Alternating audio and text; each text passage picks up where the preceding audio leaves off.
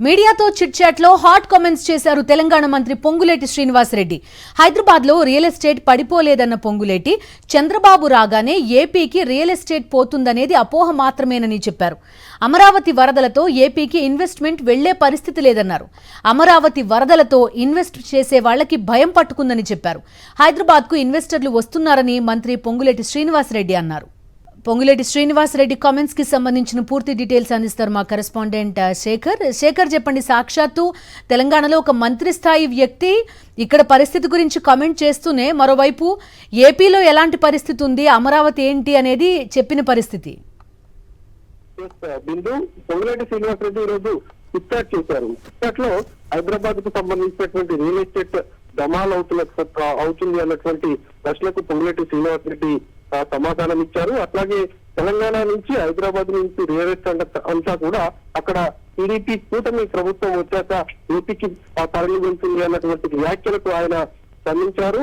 అది అపోహ మాత్రమే, అట్లాంటి పరిస్థితి ఏపీకి వెళ్ళేటువంటి పరిస్థితి లేదు అని. అట్లాగే రీసెంట్ గా అమరావతిలో వరదలు వచ్చిన తర్వాత రియల్ ఎస్టేట్ అంతా కూడా అక్కడ డమాల్ అవ్వడమే కాకుండా హైదరాబాద్ లో పికప్ అయింది. ఇన్వెస్టర్లు అంతా కూడా ఇటు హైదరాబాద్ అదేవిధంగా బెంగళూరుకు వెళ్తున్నారే తప్పితే అమరావతి వరదలు చూసిన తర్వాత ఇన్వెస్టర్లు ఇన్వెస్ట్ చేయడానికి అమరావతిలో ఆసక్తి చూపడం లేదు. అదేవిధంగా భయం పట్టుకుంది, స్వయంగా వాళ్ళంతా చూశారు అన్నటువంటి విషయాన్ని పొంగులేటి శ్రీనివాసరెడ్డి చెప్పినటువంటి పరిస్థితులు ఉన్నాయని చెప్పుకోవాల్సింది.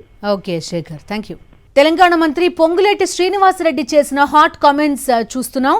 హైదరాబాద్ లో రియల్ ఎస్టేట్ పడిపోలేదు అన్నారు పొంగులేటి. చంద్రబాబు రాగానే ఏపీకి పోతుంది ఇన్వెస్ట్మెంట్ అంతా అనేది అపోహ మాత్రమే అన్నారు. అమరావతి వరదలతో ఏపీకి ఇన్వెస్ట్మెంట్ వెళ్లే పరిస్థితి లేదన్నారు. మా కరెస్పాండెంట్ సతీష్ తో మాట్లాడదాం. సతీష్, చెప్పండి, చూస్తున్నాం పొంగులేటి చేసిన కీలక వ్యాఖ్యలు. కేవలం పొంగులేటి మాత్రమే కాదు, అమరావతిలో పరిస్థితి చూసిన తర్వాత చాలా మంది అభిప్రాయం ఇదే. ఖచ్చితంగా గత 2 నెలలుగా ఆంధ్రప్రదేశ్ లో ముఖ్యంగా విజయవాడ, గుంటూరు, అమరావతి ప్రాంతంలో ఏ చర్చ అయితే జరుగుతుందో దాన్నే ఈ రోజు తెలంగాణ మంత్రి పొంగులేటి శ్రీనివాసరెడ్డి ప్రస్తావించారని అయితే సర్వత్రా చర్చ జరుగుతుంది. ముఖ్యంగా చంద్రబాబు ముఖ్యమంత్రి అయిన తర్వాత అమరావతిలో ఒక్కసారిగా రియల్ ఎస్టేట్ భూమి వస్తుంది, అమరావతికి పెద్ద ఎత్తున ఇన్వెస్ట్మెంట్ వస్తుందని ఒక ప్రచారం అన్నది తెలుగుదేశం పార్టీ ఎన్నికల ముందు విస్తృతంగా చేసింది. అయితే ఎన్నికలు అయిన తర్వాత కొద్ది రోజుల్లోనే విజయవాడకు పెద్ద ఎత్తున వరదలు రావడంతో అమరావతితో పాటు విజయవాడ నగరం కూడా ముంపుకు గురైనటువంటి పరిస్థితి.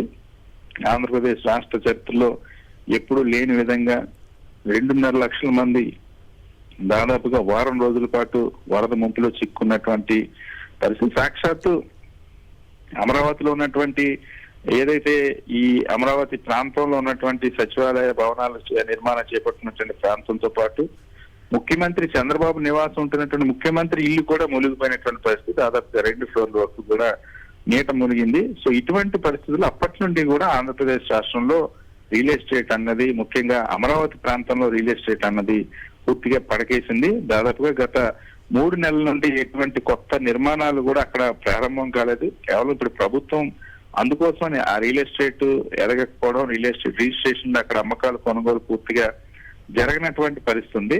ఇటీవల గతంలో అనేక సందర్భాలు, ఎందుకంటే వరల్డ్ బ్యాంక్ కూడా సాక్షాత్తు ఈ ప్రాంతం ముంపు ప్రమాదం ఉందన్న అంశాన్ని స్పష్టం చేసింది.